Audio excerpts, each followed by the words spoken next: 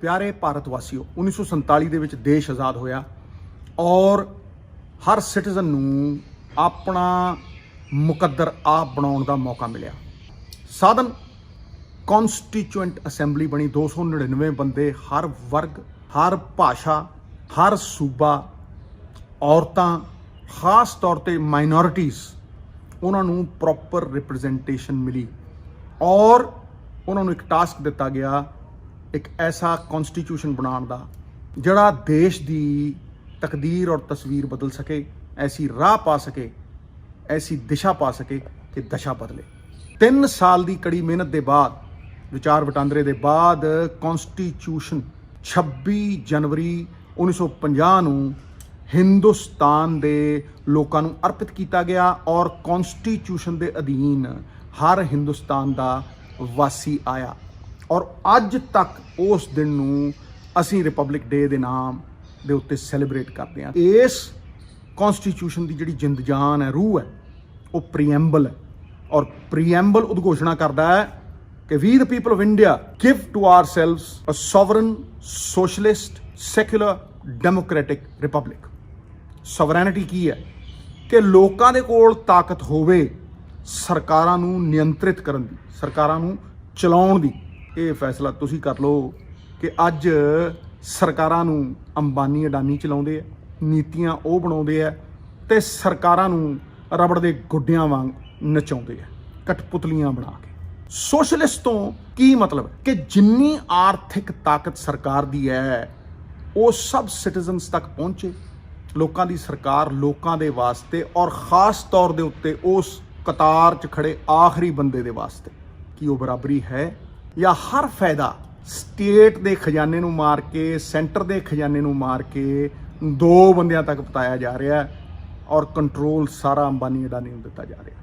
ਤੀਜੀ ਆਉਂਦੀ ਹੈ ਸੈਕੂਲਰਿਜ਼ਮ, ਮਤਲਬ ਦੇਸ਼ ਧਰਮ ਨਿਰਪੇਖ, ਸਭ ਧਰਮ ਇੱਕ ਬਰਾਬਰ, ਹਰੇਕ ਨੂੰ ਆਪਣਾ ਧਰਮ ਚੁਣਨ ਦੀ ਪੂਰੀ ਛੋਟ। ਕਿ ਅੱਜ ਇੱਕ ਧਰਮ ਨੂੰ ਬਾਕੀ ਸਾਰੇ ਧਰਮਾਂ ਨਾਲੋਂ ਉੱਚਾ ਪ੍ਰੋਜੈਕਟ ਨਹੀਂ ਕੀਤਾ ਜਾ ਰਿਹਾ। ਇਹ ਫੈਸਲਾ ਮੈਂ ਤੁਹਾਡੇ ਤੇ ਛੱਡਦਾ। ਉਸ ਤੋਂ ਬਾਅਦ ਆ ਜਾਂਦੀ ਹੈ ਡੈਮੋਕ੍ਰੇਸੀ, ਕਿ ਲੋਕਾਂ ਦੀ ਤਾਕਤ ਲੋਕਾਂ ਦੇ ਵਾਸਤੇ। ਹੁਣ ਤੁਸੀਂ ਆਪ ਦੱਸ ਦਿਓ ਕਿ 100 ਕਰੋੜ ਲੋਕਾਂ ਨੂੰ ਪੂਰੀ ਤਰ੍ਹਾਂ ਨਜ਼ਰਅੰਦਾਜ਼ ਕਰਕੇ ਕਾਨੂੰਨ ਬਣਾਏ ਜਾਂਦੇ ਆ। ਉਸ ਕਾਨੂੰਨ ਦੇ ਵਿੱਚ ਲੋਕਾਂ ਦੇ ਨਾਲ ਕੋਈ ਪੁੱਛ-ਗਿੱਛ ਨਹੀਂ ਹੁੰਦੀ, ਕੋਈ ਡਿਸਕਸ਼ਨ ਨਹੀਂ ਹੁੰਦੀ, ਲੋਕਾਂ ਤੋਂ ਪੁੱਛਿਆ ਵੀ ਨਹੀਂ ਜਾਂਦਾ। ਸਟੇਟ ਦੀ ਸਰਕਾਰ, ਉਹਦੇ ਚੁਣੇ ਨੁਮਾਇੰਦੇ, ਉਹ ਦਰਕਿਨਾਰ ਕੀਤੇ ਜਾਂਦੇ। ਪਾਰਲੀਮੈਂਟ ਦੇ ਵਿੱਚ ਧੱਕੇ ਦੇ ਨਾਲ ਕਾਨੂੰਨ ਬਿਨਾਂ ਡਿਸਕਸ਼ਨ ਦੇ ਪਾਸ ਕੀਤੇ ਜਾਂਦੇ। ਫਿਰ ਕਿਹੜੀ ਤਾਕਤ ਹੈ ਲੋਕਾਂ ਦੀ? ਤਾਕਤ ਤਾਂ ਦਿਖਦੀ ਨਹੀਂ, ਅਲੋਪ ਹੋ ਰਹੀ ਹੈ। ਅਖੀਰ ਦੇ ਵਿੱਚ ਕੌਣ ਇਹ ਅਧਿਕਾਰਾਂ ਦਾ ਰਖਵਾਲਾ ਹੈ, ਕੌਣ ਰਾਖੀ ਕਰਦਾ? ਉਹ ਕਹੇ ਰਿਪਬਲਿਕ, ਜਿਹੜੀ ਕਹਿੰਦੀ ਹੈ ਕਿ ਹਰ ਇੰਡੀਵਿਜੂਅਲ ਨੂੰ ਅਸੀਂ ਅਧਿਕਾਰ ਦੇਵਾਂਗੇ ਔਰ 4 ਮੁੱਢਲੇ ਵੈਲਿਊ ਸਿਸਟਮ ਦੇਵਾਂਗੇ।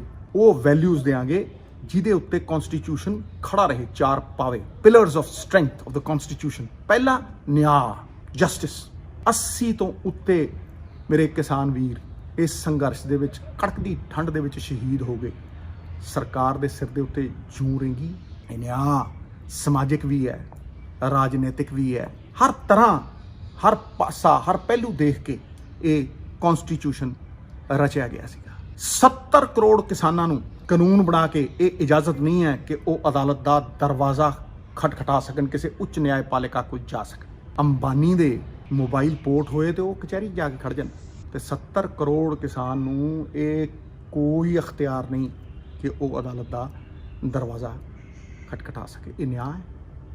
ਮੈਨੂੰ ਇਹ ਦੱਸ ਦਿਓ ਕਿ ਜੇ ਕਿਸਾਨ ਕਰਜ਼ਾ ਲੈਂਦਾ ਔਰ ਉਹ ਤੋਂ ਇੱਕ ਕਿਸ਼ਤ ਮੁੜਦੀ ਨਹੀਂ, ਕੁੜਕੀ ਹੁੰਦੀ ਹੈ, ਢੋਲ ਵਜਾਉਂਦੇ ਆ, ਮਨਿਆਦੀ ਕਰਵਾਉਂਦੇ ਆ ਤੇ ਉਹਦੀ ਜ਼ਮੀਨ ਜ਼ਬਤ ਕਰਦੇ ਆ, ਜੇਲ੍ਹਾਂ 'ਚ ਸੁੱਟਦੇ ਆ। 17 ਲੱਖ ਕਰੋੜ ਰੁਪਈਆ ਸਰਕਾਰੀ ਬੈਂਕਾਂ ਦਾ ਆਮ ਲੋਕਾਂ ਦਾ ਜਮ੍ਹਾਂ ਕਰਾਇਆ ਹੋਇਆ ਲੁਟਾਤਾ। ਨੀਰਵ ਮੋਦੀਆਂ ਨੂੰ, ਮਾਲਿਆ ਵਰਗੇ ਲੋਕਾਂ ਨੂੰ ਭਜਾਤੇ ਬਾਹਰ। ਕੋਈ ਕਾਰਵਾਈ ਜੇ ਹੋਈ ਹੋਵੇ ਤੇ ਮੈਨੂੰ ਦੱਸੋ। ਇਹ ਲੋਕ ਜਦੋਂ ਕਰਜ਼ੇ ਲੈਂਦੇ ਆ ਸਾਂਠ ਗਾਂਠ ਦੇ ਨਾਲ ਲੈਂਦੇ ਆ ਔਰ ਉਦੋਂ ਬਾਅਦ ਜੇ 5 ਸਾਲਾਂ 'ਚ ਇਹਨਾਂ ਤੋਂ ਨਹੀਂ ਮੁੜਦਾ ਤੇ ਕਹਿੰਦੇ ਆ 25 ਸਾਲਾਂ ਦੇ ਵਿੱਚ ਮੋੜੋ। ਕਿਸੇ ਇੱਕ ਕਿਸਾਨ ਨੂੰ ਇਹ ਮੌਕਾ ਦਿੱਤਾ ਕਦੇ ਵੀ 25 ਸਾਲਾਂ ਦੇ ਵਿੱਚ ਮੋੜੋ? ਕੀ ਇਹ ਨਿਆਂ ਹੈ? ਕਾਨੂੰਨਾਂ ਦੇ ਅਧੀਨ ਲਿਆ ਕੇ ਸਾਰੇ ਸਰਕਾਰੀ ਅਦਾਰੇ ਮਾਰ ਕੇ, FCI ਖਾਸ ਤੌਰ ਤੇ ਜਿਹੜਾ ਧੁਰਾ ਹੈ ਫੂਡ ਸਿਕਿਉਰਿਟੀ ਦਾ ਔਰ ਐਗਰੀਕਲਚਰ ਦਾ, ਜਿਹੜੀ ਪੂਰੇ 100% ਹਿੰਦੁਸਤਾਨੀਆਂ ਦੇ ਨਾਲ ਤਾਲੁਕ ਰੱਖਦੀ, ਕਹਿੰਦੇ ਜੀ FCI ਦੀ ਥਾਂ ਦੇ ਉੱਤੇ ਹੁਣ ਅਡਾਨੀ ਦੇ ਸਾਈਲੋ ਪ੍ਰੋਕਿਉਰਮੈਂਟ ਸੈਂਟਰ ਬਣ ਗਏ। ਆੜਤੀ ਵੀਰ ਬਾਹਰ ਉਹ ਪ੍ਰੋਕਿਉਰਮੈਂਟ ਸੈਂਟਰ ਬਣ ਗਏ, ਔਰ ਜੇ 5% ਅਡਾਨੀ ਸਟੋਰੇਜ ਕਰੂਗਾ ਤੇ ਉਹਨੂੰ 100% ਦਾ ਪੈਸਾ ਮਿਲੂ। ਮਤਲਬ maximum support price, minimum support price ਕਾਨੂੰਨ ਦੇ ਵਿੱਚ ਹੈ ਨਹੀਂ। ਔਰ ਉਹਦੇ ਨਾਲ ਅਗਰ ਤੁਸੀਂ ਪੂਰੀ ਤਰ੍ਹਾਂ ਘੋਖ ਕਰੋ ਤੇ 23 ਫਸਲਾਂ ਦੇ ਉੱਤੇ MSP ਹੁੰਦੀ ਹੈ, ਮਿਲਦੀ ਸਿਰਫ 2 ਦੇ ਉੱਤੇ ਹੈ। ਕਿ ਇਹ ਇਨਸਾਫ ਹੈ? ਸਟੇਟ ਲਿਸਟ ਦੇ ਵਿੱਚ ਇਹ ਕਾਨੂੰਨ ਆਉਂਦੇ ਆ, ਇਕੱਲੇ ਸਟੇਟਾਂ ਦਾ ਅਖਤਿਆਰ ਹੈ। ਉਹਦੇ ਉੱਤੇ ਤੁਸੀਂ ਕਾਨੂੰਨ ਬਣਾਉਂਦੇ ਹੋ, ਉਹ ਵੀ ਟ੍ਰੇਡ ਐਂਡ ਕਾਮਰਸ ਥੋਪਦੇ ਹੋ, ਫਿਰ ਸਟੇਟ ਦੇ ਚੁਣੇ ਨੁਮਾਇੰਦਿਆਂ ਨੂੰ ਨਜ਼ਰਅੰਦਾਜ਼ ਕਰਦੇ ਹੋ। ਕਿ ਇਹ ਨਿਆਂ ਹੈ? ਲਿਬਰਟੀ ਇਸ ਚੀਜ਼ ਦੀ ਕਿ ਤੁਸੀਂ ਆਪਣੇ ਵਿਚਾਰ ਪੂਰੀ ਤਰ੍ਹਾਂ ਅਭਿਵਿਅਕਤ ਕਰ ਸਕੋ। ਕੋਈ ਵੀ ਤੁਸੀਂ ਐਕਸਪ੍ਰੈਸ ਕਰਨਾ ਹੋਵੇ, ਤੁਹਾਨੂੰ ਫਰੀडम ਹੋਵੇ ਕਿ ਤੁਸੀਂ ਆਪਣੇ ਵਿਚਾਰਾਂ ਨੂੰ ਚੰਗੀ ਤਰ੍ਹਾਂ ਉਹਦੀ ਅਭਿਵਿਅਕਤੀ ਕਰ ਸਕੋ, ਲੋਕਾਂ ਤੱਕ ਪਹੁੰਚਾ ਸਕੋ। ਤੁਸੀਂ ਮੈਨੂੰ ਦੱਸੋ ਕਿ ਅੱਜ ਕਿਸਾਨ ਨੂੰ ਖਾਲਿਸਤਾਨੀ ਕਿਹਾ ਜਾ ਰਿਹਾ, ਐਂਟੀ ਨੈਸ਼ਨਲ ਕਿਹਾ ਜਾ ਰਿਹਾ। ਅੱਜ ਕਿਸਾਨ ਨੂੰ ਹਰ ਤਰ੍ਹਾਂ ਦੀ ਸਾਜ਼ਿਸ਼ ਦਾ ਸ਼ਿਕਾਰ ਹੋਣਾ ਪੈ ਰਿਹਾ, ਔਰ ਕਿਸਾਨ ਨੂੰ ਉਹਦੀ ਆਪਦੀ ਰਾਜਧਾਨੀ ਦੇ ਵਿੱਚ ਕਿਸਾਨ ਨੂੰ ਐਂਟਰ ਨਹੀਂ ਹੋਣ ਦਿੱਤਾ ਜਾ ਰਿਹਾ। ਕਿਉਂ? ਗੱਡੀਆਂ ਦੇ ਵਿੱਚ ਉਹਨੂੰ ਆਉਣ ਨਹੀਂ ਦਿੱਤਾ ਜਾ ਰਿਹਾ। ਤੇ ਕੀ ਇਹ ਬੈਰੀਅਰ ਚੀਕਾਂ ਮਾਰ ਕੇ ਇਹ ਨਹੀਂ ਕਹਿ ਰਹੇ ਕਿ ਉਹ ਲਿਬਰਟੀ ਐਕਸਪ੍ਰੈਸ਼ਨ ਦੀ ਖਤਮ ਕਰ ਦਿੱਤੀ ਗਈ ਹੈ ਇੱਕ ਤਾਨਾਸ਼ਾਹ ਸਰਕਾਰ ਤੋਂ ਬਾਅਦ? ਉਸ ਤੋਂ ਬਾਅਦ ਇਕੁਆਲਿਟੀ, ਕਿ ਹਰ ਬੰਦੇ ਨੂੰ ਬਰਾਬਰ ਦਾ ਦਰਜਾ ਮਿਲੇ ਔਰ ਉਹਨੂੰ ਓਪਰਚੁਨਿਟੀ ਮਿਲੇ, ਮੌਕਾ ਮਿਲੇ ਬਰਾਬਰੀ ਦਾ, ਤਾਂ ਹੀ ਇਕੁਆਲਿਟੀ ਹੈ। ਤੇ ਖਿਲਾਓ ਤਾਂ 2 ਏਕੜ ਵਾਲੇ ਕਿਸਾਨ ਨੂੰ ਇਸ ਕੰਟਰੈਕਟ ਸਿਸਟਮ ਦੇ ਵਿੱਚ ਅੰਬਾਨੀ ਤੇ ਅਡਾਨੀ ਨਾਲ ਜਿਹੜਾ ਬਰਾਤ ਲੈ ਕੇ ਆਊ ਵਕੀਲਾਂ ਦੀ, ਕਿ ਉਹ ਬਰਾਬਰੀ ਹੈ? ਕਿ ਕਾਨੂੰਨਾਂ ਦੇ ਵਿੱਚ, ਅਖਤਿਆਰਾਂ ਦੇ ਵਿੱਚ ਕੋਈ ਬਰਾਬਰੀ ਹੈ? 1% ਹਿੰਦੁਸਤਾਨ ਦੇ ਲੋਕ 80% ਹਿੰਦੁਸਤਾਨ ਦੀ ਵੈਲਥ ਨੂੰ ਓਨ ਕਰਦੇ ਨੇ। 0.1%, ਇੱਕ ਜ਼ਿਆਦਾ ਹੈ। ਤੇ 90 ਤੋਂ 95% ਲੋਕ ਸਿਰਫ 1% ਵੈਲਥ ਹਿੰਦੁਸਤਾਨ ਦੀ ਤੇ ਉੱਤੇ ਅਖਤਿਆਰ ਰੱਖਦੇ, ਜਾਂ 1% ਵੈਲਥ ਕਮਾਉਂਦੇ ਹੈ। ਇਹ ਇਕੁਆਲਿਟੀ ਹੈ। ਆਖਰੀ ਜਿਹੜੀ ਬਾਬਾ ਸਾਹਿਬ ਅੰਬੇਡਕਰ ਜੀ ਨੇ ਸਾਡੇ ਕੌਨਸਟੀਟਿਊਸ਼ਨ ਦੇ ਵਿੱਚ ਵੈਲਿਊ ਦਿੱਤੀ, ਉਹ ਸਭ ਤੋਂ ਉੱਚੀ ਹੈ। ਫਰਟਰਨਿਟੀ ਕੀ ਕਹਿੰਦੀ ਹੈ? ਕਿ ਹਰ ਸਿਟੀਜ਼ਨ ਨੂੰ सम्मान ਮਿਲੇਗਾ, ਹਰ ਇੰਡੀਵਿਜੂਅਲ ਨੂੰ सम्मान ਦਿੱਤਾ ਜਾਏਗਾ। ਕਿਸ ਤਰ੍ਹਾਂ? ਏਕਤਾ ਰਾਹੀਂ, ਅਲੱਗ-ਅਲੱਗ ਮਣਕੇ, ਜਿਸ ਤਰ੍ਹਾਂ ਅਲੱਗ-ਅਲੱਗ ਭਾਸ਼ਾਵਾਂ, ਅਲੱਗ-ਅਲੱਗ ਸੂਬੇ, ਅਲੱਗ-ਅਲੱਗ ਕਲਚਰ, ਉਸੇ ਤਰੀਕੇ ਅਲੱਗ-ਅਲੱਗ ਮਣਕਿਆਂ ਨੂੰ ਇੱਕ ਧਾਗੇ ਦੇ ਵਿੱਚ ਪਰੋ ਕੇ ਪਰਿਵਾਰਿਕ ਏਕਤਾ ਦੇ ਵਿੱਚ ਇਸ ਦੇਸ਼ ਨੂੰ ਬੰਨ੍ਹਿਆ ਜਾਏਗਾ। ਕਿਉਂਕਿ ਏਕਤਾ ਤੇ ਜੇਲ੍ਹ ਦੀ ਵੀ ਹੁੰਦੀ ਹੈ। ਹੁਣ ਤੁਸੀਂ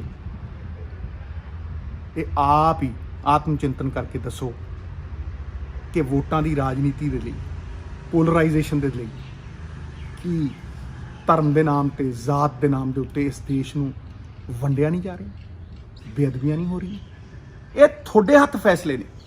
ਕਿਉਂਕਿ ਜੋ ਮੈਂ ਕਹਿ ਰਿਹਾ ਇਹ ਕੌਨਸਟੀਟਿਊਸ਼ਨ ਦੀ ਬੁਨਿਆਦ ਹੈ। ਬੁਨਿਆਦ, ਜੇ ਬੁਨਿਆਦ ਹੈ ਤੇ ਦੇਸ਼ ਹੈ, ਔਰ ਅਗਰ ਇਹ ਬੁਨਿਆਦ ਹਿੱਲ ਗਈ ਤੇ ਦੇਸ਼ ਨਾਲ ਹੀ ਹਿੱਲੂ। The very essence and spirit of the constitution is being violated. ਤੇ ਅੱਜ ਮੈਂ ਤੁਹਾਨੂੰ ਪੁੱਛਦਾ ਕਿ ਇਸ ਕੌਨਸਟੀਟਿਊਸ਼ਨ ਦਾ, ਇਸ ਸੰਵਿਧਾਨ ਦਾ ਰਖਵਾਲਾ ਕਿਸਾਨ ਹੈ ਜਾਂ ਇਹ ਸਰਕਾਰ ਹੈ? ਤੁਹਾਨੂੰ ਚੁਣਨਾ ਪਊ। ਇਸ ਅੱਛਾਈ ਔਰ ਬੁਰਾਈ ਦੀ ਲੜਾਈ ਦੇ ਵਿੱਚ, ਨੇਕੀ ਔਰ ਬਦੀ ਦੀ ਲੜਾਈ ਦੇ ਵਿੱਚ ਤੁਸੀਂ ਗੈਰ ਸਿਆਸੀ ਨਹੀਂ ਹੋ ਸਕਦੇ, ਤੁਸੀਂ ਨਿਰਪੱਖ ਨਹੀਂ ਹੋ ਸਕਦੇ। ਤੁਹਾਨੂੰ ਪੱਖ ਲੈਣਾ ਪਊ, ਪੱਖ ਪੂਰਨਾ ਪਊ, ਇੱਕ ਪਾਸੇ ਹੋਣਾ ਪਊ। ਔਰ ਜਿਹਨੂੰ ਤੁਸੀਂ ਚੁਣੋਗੇ ਉਹ ਨਿਰਧਾਰਿਤ ਕਰ ਦੂਗਾ ਤੁਹਾਡੇ ਮੁਕੱਦਰ ਨੂੰ ਔਰ ਇਸ ਦੇਸ਼ ਦੇ ਭਵਿੱਖ ਨੂੰ। ਵੰਦੇ ਮਾਤਰਮ। ਜੋ ਬੋਲੇ ਸੋ ਨਿਹਾਲ। ਸਤਿ ਸ੍ਰੀ ਅਕਾਲ।